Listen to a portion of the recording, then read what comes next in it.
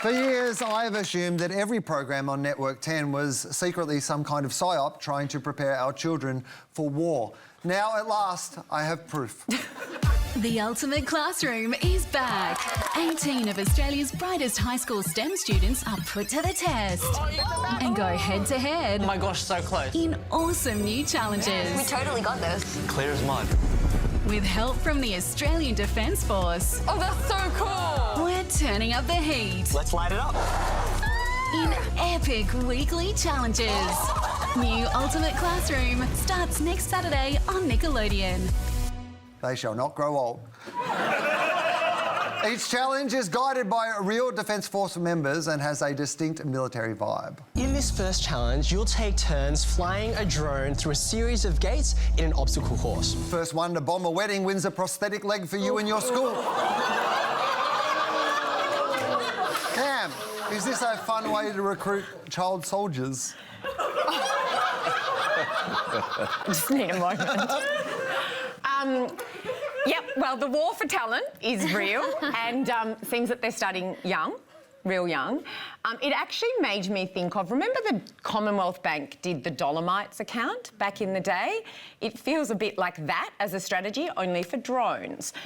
So it is obviously a fraught strategy, but if I actually was just looking at strategic intent, I think this is really smart for the Defence Force because we've moved into a modern military era. So nowadays, combat, not that I know that much about it, but I guess it's more STEM than it is SAS, right? So they've moved from, I guess, needing strong bodies to smart minds.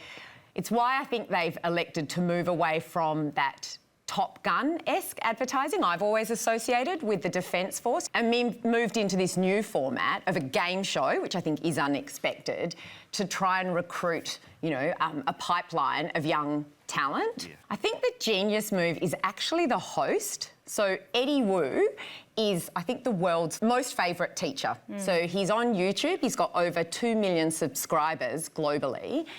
And I just think he emanates geeky goodness. You know, like, he would not hurt a fly. And so he's such a beautiful role model or figurehead for defence because he's like the antithesis of that macho commando Ben Roberts-Smith sort of energy in terms Wow, he would not have been a good choice. Yeah. I mean, we all thought it. Yeah. First, I'm very surprised. It's a stroke of genius to get Eddie Wu. But my issue with it is the covert or the camouflaged nature of the whole thing. Because directly or indirectly, you are marketing to children. You are placing military advertising within children's entertainment. And the problem with that is you're doing it at an age where you're not just informing potential career choices, you're influencing them. It's smart to kind of wash this with Eddie and wash this with education. I just think, why? Like, you don't need, I get take out war, put in STEM, but they didn't need to do this. I'm sure we're all aware of it, but, you know, there's, in the 60,000 people that are in the Defence Force, there's a cook and there's a priest and there's a dentist and there's the person who's really good at cyber and, yes, there's the person who's very good at shooting. So, in a way, you're just building a small city, you know, a 60,000 person city of all the different skills that are required, mechanics, etc. So this is just a very small campaign of part of a much bigger campaign.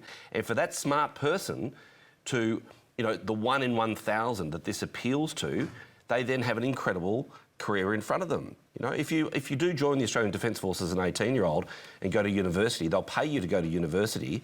You then got to put in a few years, you might become an officer of cyber, and by the time you're 27, you don't have to do it anymore. And I think a lot of people don't realise what an amazing career option it is for them.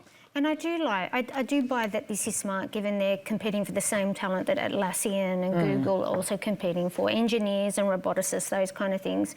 I wonder if my discomfort with it would change if we were in peacetime rather than active wartime, where I'm seeing satellite footage, you know, drone missiles happening, and it just feels a little bit too proximate for me. Obviously, I value the Defence Force, particularly during disaster relief and those kind of things. But, yeah, I just wonder if the discomfort is because of the times we're living in now or how I feel. It just feels too covert. But I think all the scenarios are pretty real world. Like, one episode I saw them say you've lent one of your major allies $300 billion for some submarines that you're never going to receive.